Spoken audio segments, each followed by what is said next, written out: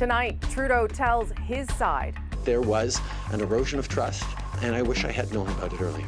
Regret, lessons learned, but no apology. So will it be enough to calm the SNC controversy? His entire business model is based on owning and controlling and exploiting our data. Facebook promises change to protect your privacy. Why experts aren't buying it. It's unbelievable that we are literally just numbers on a spreadsheet to them. Growing outrage in Ontario over changes to autism funding. Parents tell us what it means for their kids. This is The National.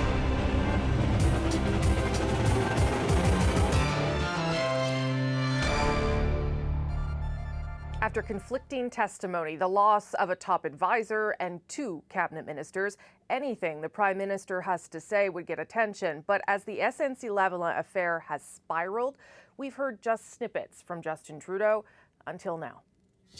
This has been a tough few weeks. Tonight, you'll hear Trudeau's version and the response from voters across the country.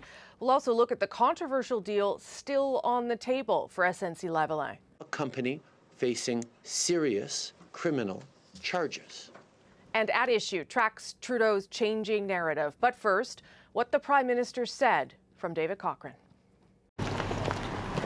He came to talk about SNC-Lavalin, but not to say he was sorry. In regards to standing up for jobs and defending the integrity of our rule of law, I continue to say that there was no inappropriate pressure. It was more an act of explanation than contrition, perhaps best described as an expression of regret. I can tell you without a doubt that I have taken and will continue to take many lessons from these recent days and weeks. No inappropriate pressure, he says, just strong disagreement and intense misunderstanding. I said to her that I was preoccupied by the number of jobs involved in this. Trudeau gave his side of a critical September 17th conversation with Jody Wilson-Raybould, where she says the Prime Minister crossed the line by raising political concerns and SNC-Lavalin. At that point, the Prime Minister jumped in, stressing that there is an election in Quebec and that, quote, I am an MP in Quebec, the member for Papineau, end quote. Trudeau conceded for the first time that this was true, but says he was worried about SNC jobs, not his own. He pointed to that conversation as the start of a politically devastating misunderstanding. She indicated to me that she had made a decision. I asked her if she could revisit that decision, if she was open to considering, to looking at it once again, and she said that she would. After that, Trudeau insists Wilson-Raybould never told him she wasn't changing her mind, so his staff kept asking her about it. She did not come to me, and I wish she had.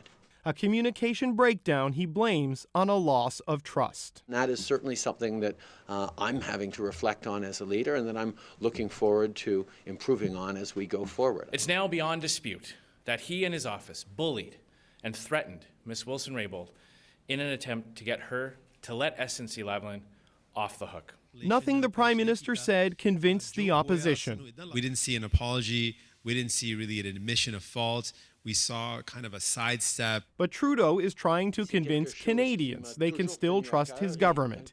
He's going to hire outside experts to review many things, including the role of the Attorney General and the way his office interacts with Cabinet. Being able to demonstrate that we continue to defend our institutions despite internal challenges is something that I think Canadians can deeply be reassured by.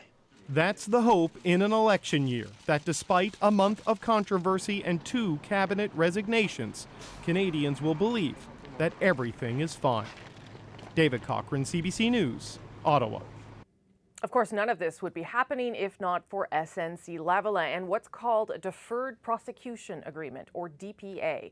Former Attorney General Jody Wilson-Raybould said she felt she was pressured to give one to the engineering giant. And as Salima Shivji explains, it could still get one. The Prime Minister today repeated what he said before. The decision around a DPA is not mine to make. But then Justin Trudeau clarified why his government felt it was okay to keep talking about a deferred prosecution agreement as a possible way forward for engineering firm SNC-Lavalin. The terms of the DPA indicates that decision can be taken by the Attorney General up until the very last minute of a trial. He's right on that point. It's similar to a plea deal. Companies can pay a fine and avoid more serious penalties to encourage them to clean up their act. And it's still an option. The new Attorney General has said as much, even though it has plunged the Liberal government into a political scandal. In an inappropriate effort to secure a deferred prosecution agreement with SNC-Lavalin. How could it happen when SNC-Lavalin is still facing a criminal trial alleged to have bribed Libyan officials over a 10-year period? The former Attorney General may have shut the door and refused to intervene after the Public Prosecutor's Office had decided last October SNC was not going to get a deferred agreement. But we don't know what criteria led to that decision. The engineering firm quickly filed an appeal in federal court. That decision is pending and could go in the company's favor if it meets the terms laid out in the law. This expert thinks there is a path forward for SNC-Lavalin to get a deal if the focus shifts. What the PMO is hanging their hat on is this notion of innocent parties being harmed. That is one argument, but that quickly can tip into a political argument. So the path forward is not to continue to emphasize jobs. The path forward is to continue to emphasize the significant corporate governance and management reforms that SNC-Lavalin has undertaken. But the question is, do the Liberals dare? The political risk is high. It could be seen as proof the government wanted the former Attorney General out of the way to clear the way for a DPA. Salima Shivji, CBC News, Ottawa. So those SNC-Lavalin headlines have dropped like hammers on the government. The polls, not encouraging right now, but of course numbers only tell you so much. So we spoke to a range of Canadians in 3 parts of this country to get a sense of what voters think.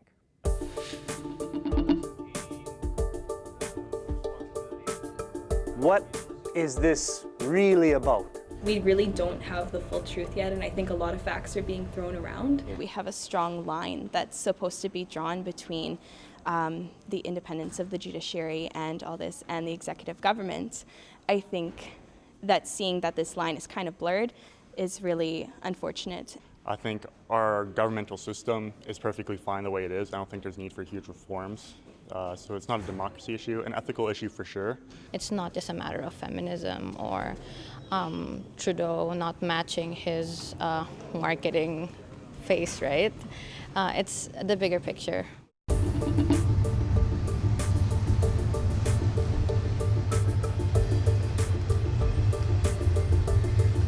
This is the first federal election that I'll be voting in, but I've lost a little bit of trust in the Liberals because of this.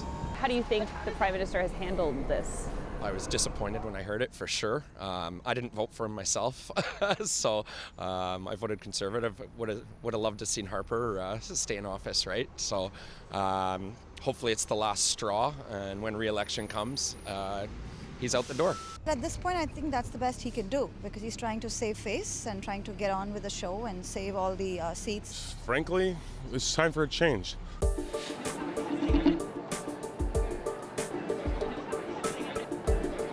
What's your appetite for politics these days? He's doing a fair job. I mean, he hasn't done badly.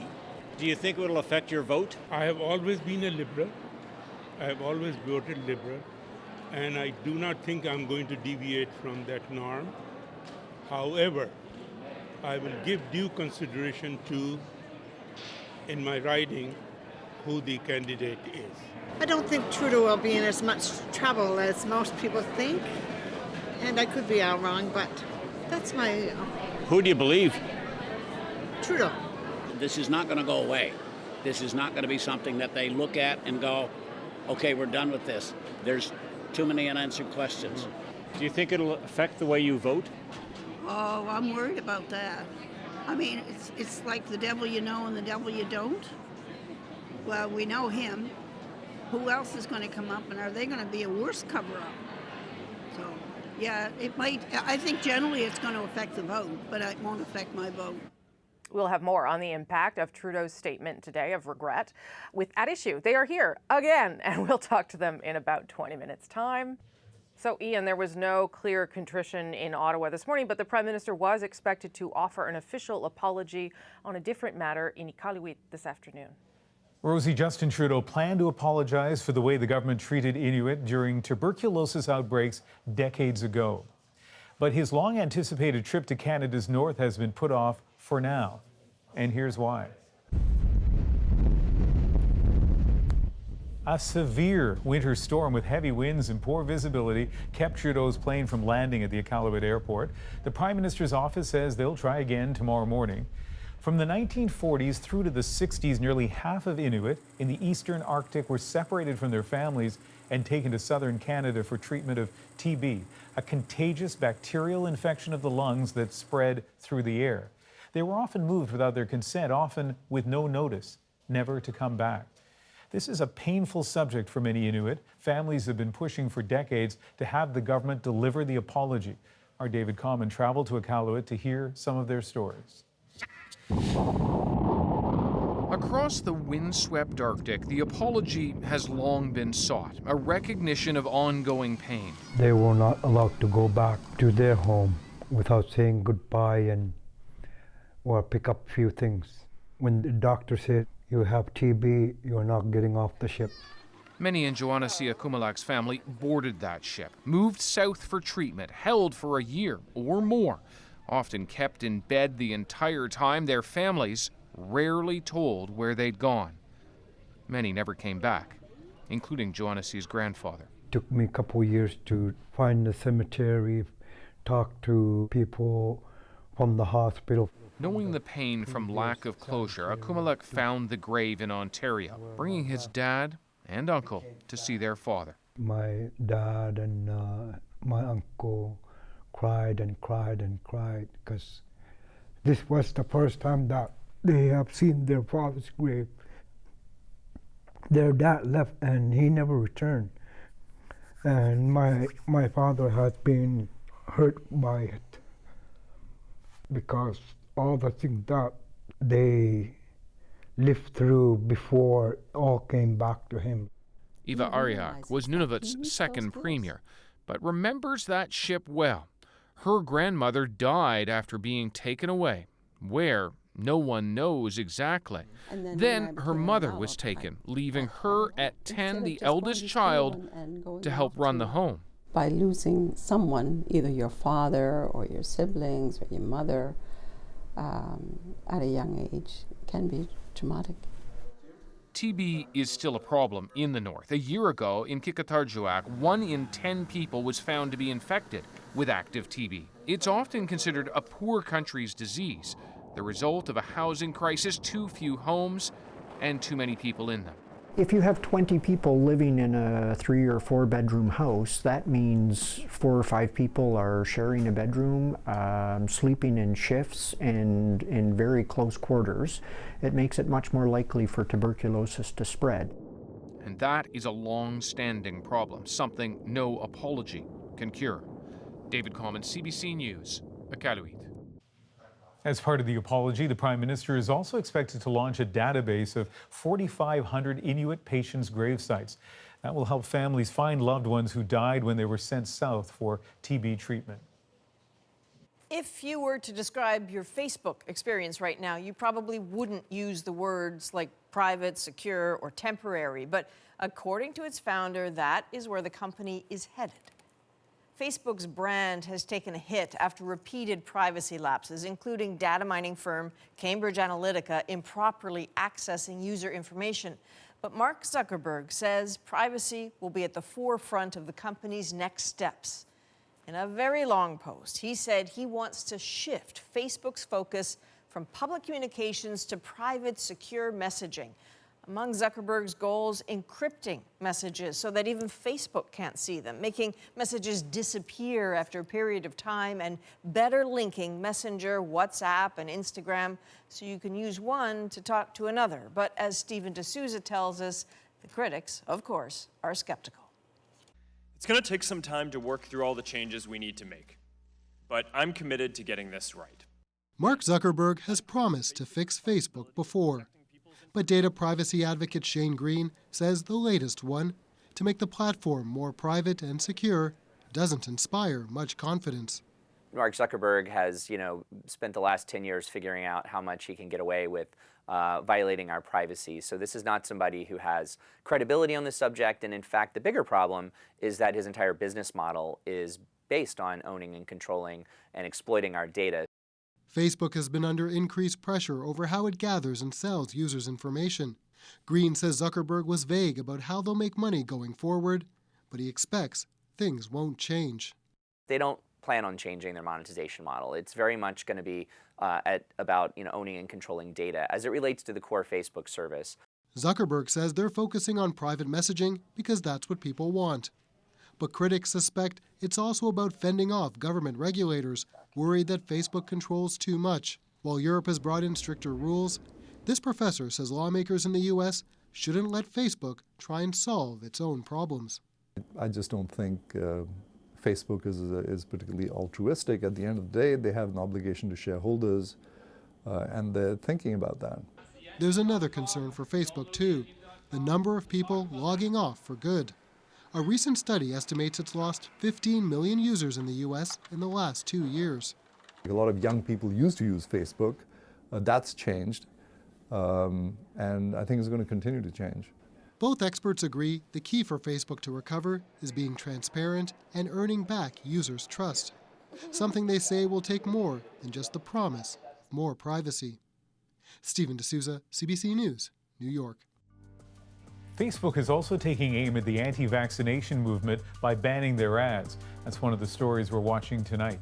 The move comes after growing scrutiny of how social media helps spread misinformation. Pinterest banned promotion of anti-vax advice in 2017, and YouTube pulled ads with false vaccine claims earlier this year. Paul Manafort has been sentenced to nearly 4 years in prison. Donald Trump's former campaign chair was convicted last August of hiding millions of dollars that he received for political consulting in Ukraine. Bank and tax frauds were uncovered during the Russia investigation. Next week, Manafort is set to be sentenced in another case where he pleaded guilty to conspiracy against the United States and to obstruct justice. A judge will decide then whether the two sentences will be served consecutively or at the same time. A lawsuit by the adult film actress Stormy Daniels has been dismissed by a U.S. federal judge. She was trying to terminate a non-disclosure agreement that she signed, which prevents her from discussing her alleged sexual relationship in 2006 with Trump. The U.S. president has denied having an affair with her. Still ahead on The National, at issue on SNC-Lavalin. Was Trudeau's explanation today enough? Later, fighting Ebola in a war zone, the deepening crisis in Central Africa. But next, the growing outrage over Ontario's change to its autism program. This is a medically necessary treatment that Elliot needs in order to thrive in life.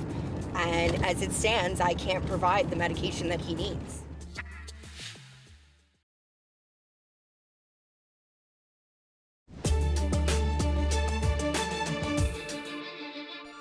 Our son is on the spectrum, and we want to be here to support all the other parents. It's overwhelming to see the amount of people that are going to be affected by this decision. They're going to send us all into crisis. Emotions running high at the Ontario legislature. Parents and advocates angry at the Ford government's changes to autism programs coming into effect April 1st. Much of that anger has been aimed at the minister responsible for the file, Lisa MacLeod. She didn't attend today's rally after threats were made against her, and today, Ottawa police arrested someone they say is responsible. The government says it's trying to tackle long wait lists for therapy, but parents believe the changes are going to make it much harder to get children the treatment they need. And the impact? Families say it's going to be devastating. Our Joanna Remiliotis spoke with some of them. You're okay. Ready? Show me 6. That's 3. It can be frustrating and painstakingly slow, but the promise is there. Can you do this? Up here. Elliot Heineke is 4.5 and is just starting to speak. This piece goes here. It's taken hours of behavioral therapy to get to this point. What's this? Shark? And he needs Push. so much more. Elliot should be getting more than 20 hours of therapy a week. High five. Yeah. But his parents can only afford 6. Jessica Knoll says it breaks her heart that she can't do more.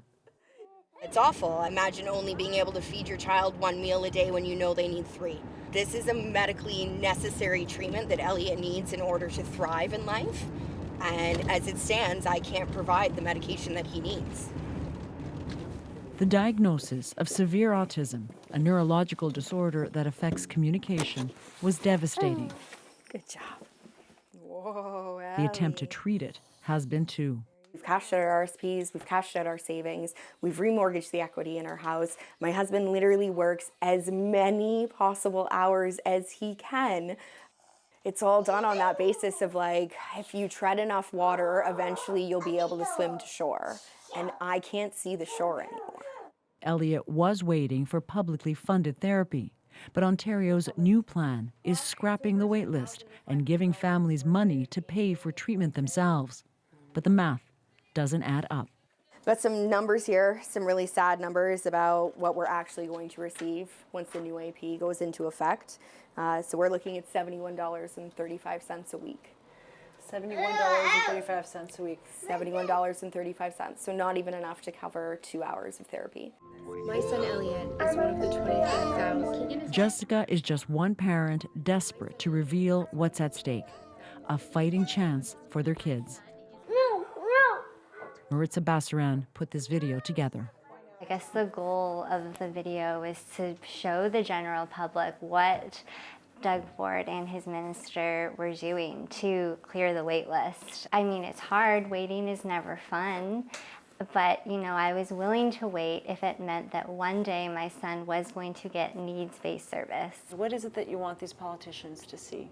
We're human. These are our children. This is our life. I will do anything to help my son, obviously. Autism is a spectrum disorder. Toby Riley's son and every child in this room has different levels of needs. But the new program decides funding based on age and family income. The most any child will receive is $140,000 over a lifetime. Hey, let's go! Right? That would cover a little over a year of therapy for Lisa Yakeley's daughter. It's unbelievable that we are literally just numbers on a spreadsheet to them. Our children are just numbers. Use your words.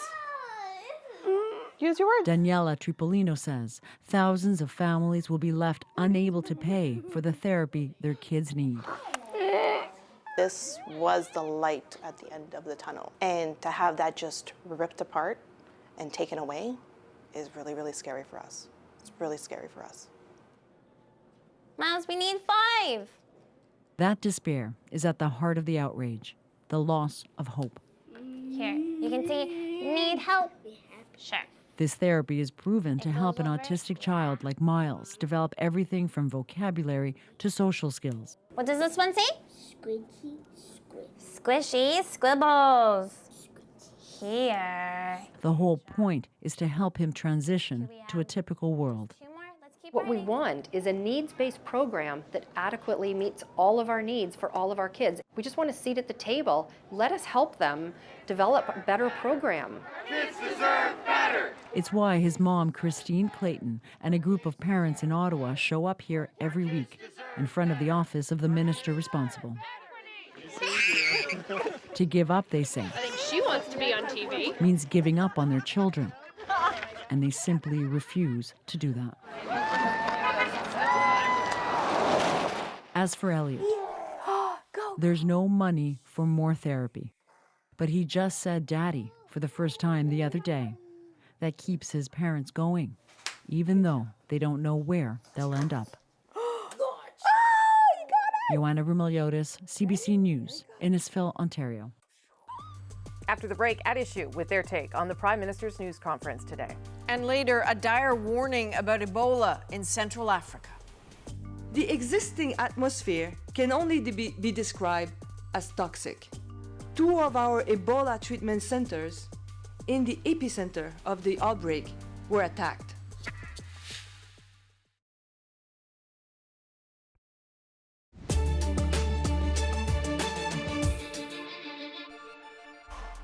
Here are some of the other stories we're watching tonight. A day after the head of Quebec's provincial police force, Martin Prudhomme, was suspended, 2 officers have been put on administrative duties. Yesterday, Radio-Canada reported the initial suspension has to do with allegations of leaks in an investigation by the province's anti-corruption unit. It was looking into political party financing under the former Premier Jean Charest. Celebrated Canadian poet Patrick Lane has died. He wrote dozens of poetry collections, earning a number of awards. In 2014, he was made an Officer of the Order of Canada. Lane suffered a heart attack this morning at his home in Victoria, British Columbia. He was 79.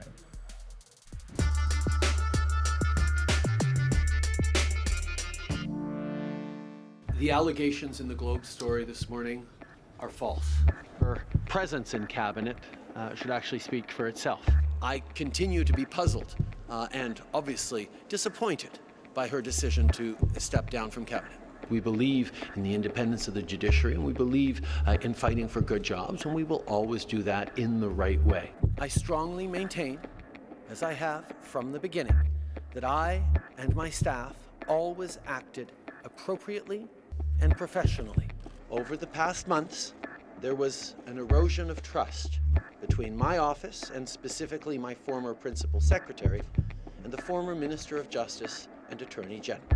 So the Prime Minister's narrative has changed over the past month since the SNC-Lavalin story first broke. But today, Justin Trudeau gave his first full press conference all about this issue and expressed some regret.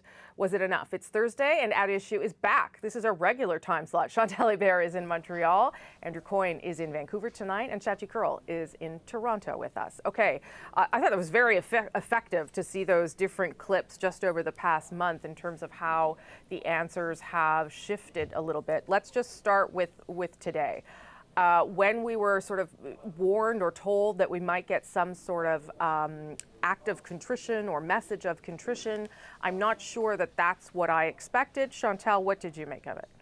I thought the contrition thing was out the window after I listened to Gerald Butt's narrative yesterday, because and the clerk of the Privy Council and the Deputy Minister of Justice, all three agreed that they felt that nothing inappropriate had taken place. I had a hard time seeing how Justin Trudeau could come and nail down a narrative that would have had a major act of contrition if no one regrets anything major in this story. So I thought format counts, and the fact that the press conference took place in a setting that looked less on the fly probably will help. I'm not sure that the content of what Mr. Trudeau had to say resists analysis, but I think we can take the message from it that the government, after all this, has come down to a narrative, and they will hang on to it now, come hell or high water. So it seemed like the language from that, this was about lessons learned, Andrew, and when he was asked very directly if he was apologizing for anything today, he said, I'm just going to continue to say there was no inappropriate pressure. Were those kinds of answers enough for what he needed to do today? It depends what your strategy is. I mean, their strategy, as Chantal says, is to stonewall in committee, to admit no serious fault. I mean, he treated it as if it was just kind of an HR problem with a couple of squabbling employees, but not anything, nobody done anything actually wrong, nothing he had to apologize or even take responsibility for, certainly not explain in any detail. So that, I agree, is probably the message they're going to stick with. It's rather than admitting they did anything wrong, they are certainly admitting to everything that Jody Wilson-Raybould said they did, I mean, except for a couple of things, a couple of the more incriminating quotes. But in the broad particulars, yeah, they're saying, yeah, we did it, but we had good reasons to do it. We were saving jobs, or she wasn't up to the job, or whatever their excuse is going to be. They're basically trying to normalize their behavior rather than apologizing for it. But they did, to be fair, they did say we're going to go seek some advice on whether the AG and the Justice Minister roles should be divided. We're going to seek some advice on how we deal with these matters with our office. Is that not an admission in some way that they realize that maybe things weren't done exactly as they should have been? Is that not how you read that? That would be the logical implication, but they will certainly not acknowledge that. They will certainly not admit that. And if pressed, they will say we were just trying to save jobs. Okay, Shachi, go ahead, Chantal, quickly. And in acknowledging the same basic facts, what they are doing is protecting the PMO and the Prime Minister from a second Jody Wilson-Raybould appearance because they have not given her a lot of facts to say this is not true since they bought into her facts. Shachi, how do you think what the message he delivered translated today? Well, this is about trying to turn the page, and Justin Trudeau and his government would like to be talking about anything other than this right now. So we started to see a little bit of the jobs, jobs, jobs refrain and mantra in earlier statements. I think we heard a lot about it from Gerald Butts yesterday. If you missed it, he's happy to tell you about it again. And then the big double down on the gamble that the Canadian public will be more accepting of and find a message that resonates better on defending jobs than it does on, hey, actually, it turns out that I am not Mr. Empathy. I'm actually not a great manager, and I'll do better on the shop floor next time. That's not the statement that people really want to hear. It certainly, as we've talked about at length, continues to be a confirmation that his own brand is damaged around this. So, you know what? Forget about that story, Canadians. Focus on a new story. So when he said today, I wish Jody Wilson-Raybould would have come to me and told me these things, and he talked about, he needs to have better communication between caucus and cabinet, and he talked about an erosion of trust. Does that not speak to his leadership, though? I mean, it seemed curious to me that all the onus was being put on everybody else for not coming to him, and maybe he's just not that kind of manager. I don't know, but Andrew, how did you read that? Absolutely, because she did come to him. She came to the clerk. She came to the Minister of Finance. She talked to two of his officials in the Prime Minister's office. She talked to Butts.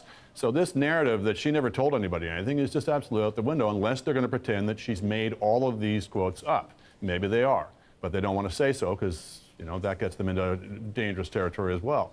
So, yeah, there was a pretty broad-scale effort, if you believe Jody Wilson-Raybould's testimony, and they seem to have acknowledged it without admitting any kind of culpability. There was a pretty broad-range effort to try and get her to change her mind or to move her off her position or what have you.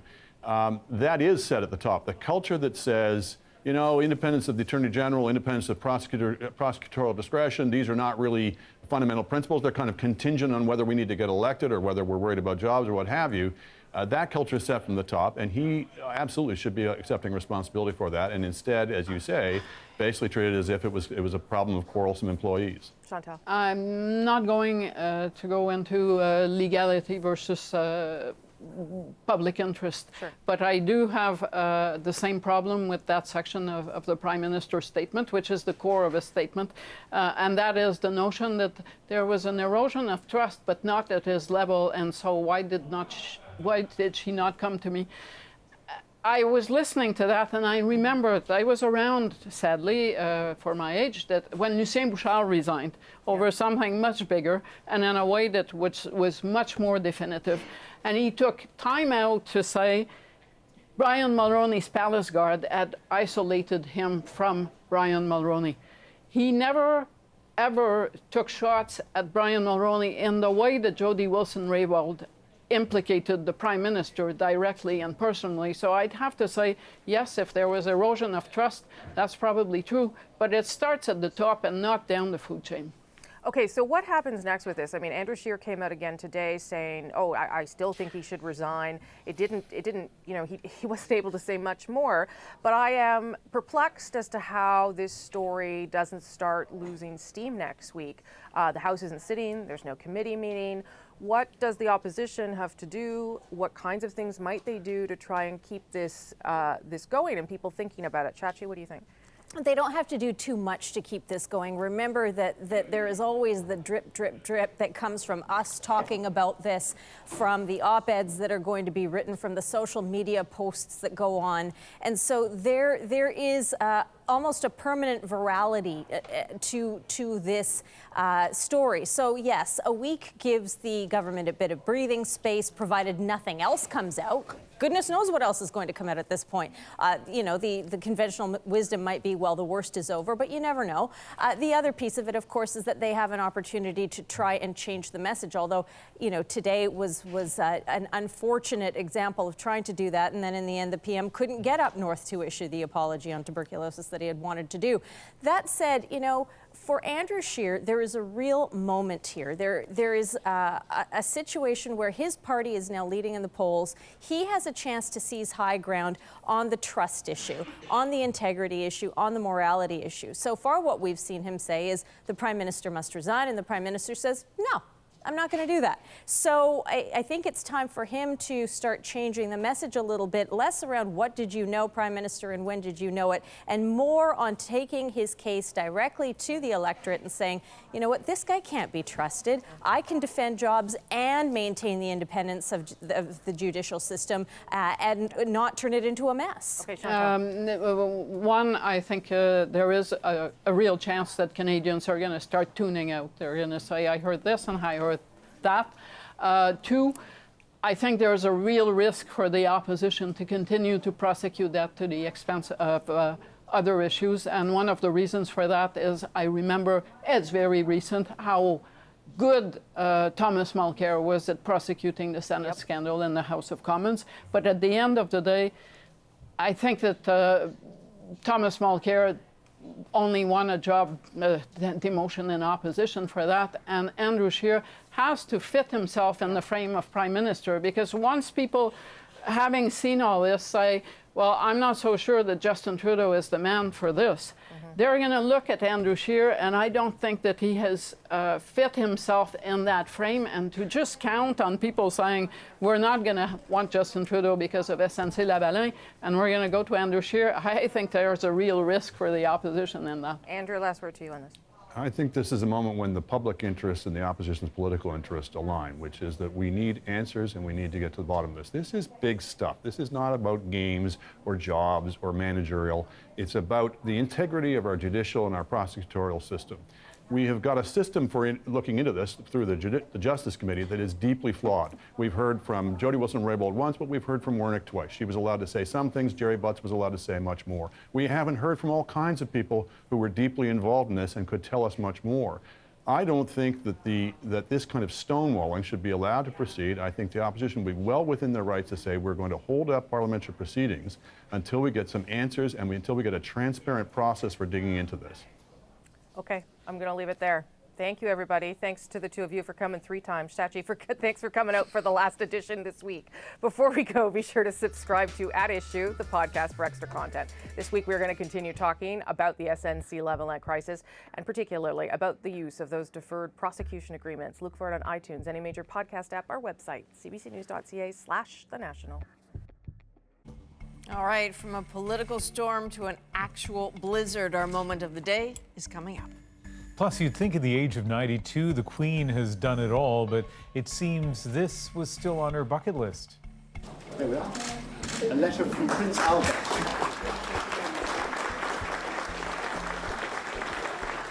But first, a look at the Sunday interview. Andrew sits down with the host of this year's Juno Awards, Sarah McLachlan. They talked about that and the legacy of her festival, Lilith Fair, in the age of Me Too. Here's a preview.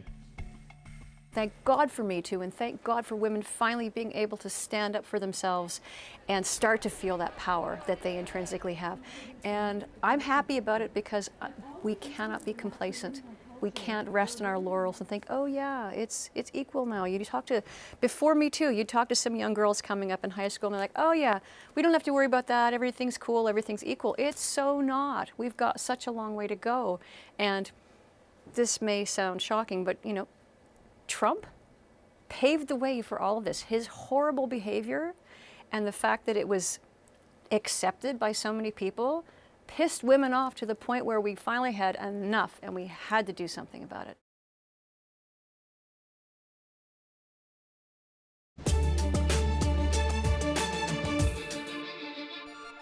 People are facing the biggest Ebola outbreak in the country's history. That country is the Democratic Republic of Congo, and with nearly 600 dead, it is the second deadliest Ebola outbreak in the world. Treating Ebola is dangerous enough, making things even worse, a combat zone, and people who just don't trust those who are there to help. Iqaluit looks at that very big challenge. In the crossfire between war and disease, armed rebels killed 9 people in this village near the border with Uganda. Then health workers spirited the bodies away to be tested for Ebola, creating resentment and mistrust. We don't understand what this Ebola is. We can bury the bodies of our people ourselves. Last week, tensions blew up when unknown attackers set fire to a pair of Ebola treatment centers. For local people, it's becoming less clear who's here to actually help. The existing atmosphere can only be described as toxic. Doctors Without Borders says this humanitarian mission is starting to feel like a military operation. And all of a sudden, you're labeled with Ebola and you don't have no choice. You are put somewhere isolated, you're all of a sudden being cared by people with spacesuits, and you don't have a say. Rebel groups are fighting for control of this resource-rich part of Congo, so the Congolese military and police are now playing a bigger role in the Ebola response, sometimes using force. And as resentment from local people grows, aid workers are seeing a disturbing trend. They suspect some are hiding Ebola. Cases are coming out of nowhere. 35 to 40% of the people who are confirmed do not belong to the chain of transmission, meaning that we don't know where they get it. It wasn't supposed to be like this. Congo has dealt with Ebola before, and aid workers now have a Canadian-developed Ebola vaccine. Last fall, this Toronto doctor worked for the WHO at both treatment centers that were recently destroyed. Yeah, it's frustrating for sure for all of those that are involved. It's disappointing that there have been certain things that have conspired against the outbreak coming under control. Doctors Without Borders says it needs to ensure the security of its workers before it can resume all of its work. It's also calling on all aid groups and the government to consult local people and help put the humanity back into the humanitarian mission. Iqaluit, CBC News, Toronto. Up next, they may have been primed for the Prime Minister's visit in Iqaluit, but there are just some things you cannot control. Yeah, we're in a full-blown blizzard. You can see the cars behind me are driving along with their four-ways flashing. Our moment is coming up, but first.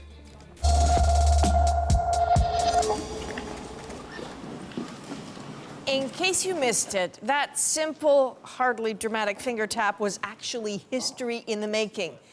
It just took a bit of a moment to happen. There we are. A letter from Prince Albert. And that applause is for the Queen's first ever Instagram post, made today at London's Science Museum. Her Majesty may be 92 years old, but the Queen has always been up for trying something new. Today, we need a special kind of courage. Like in 1957, when people watched her give her Christmas address on television for the very first time. I hope that 1958 may bring you God's blessing and all the things you long for. Or in 2008, when she went HD. In 2012, she went 3D, but that experiment, like the excitement over 3D TVs, was short-lived. And then there was the internet. Way back in 1976, she sent an email, and in 2014, a tweet. Which brings us back to today and that very first Instagram post. It's of a letter a computer pioneer sent to her great-great-grandfather back in 1843, embracing one tech moment by honoring another.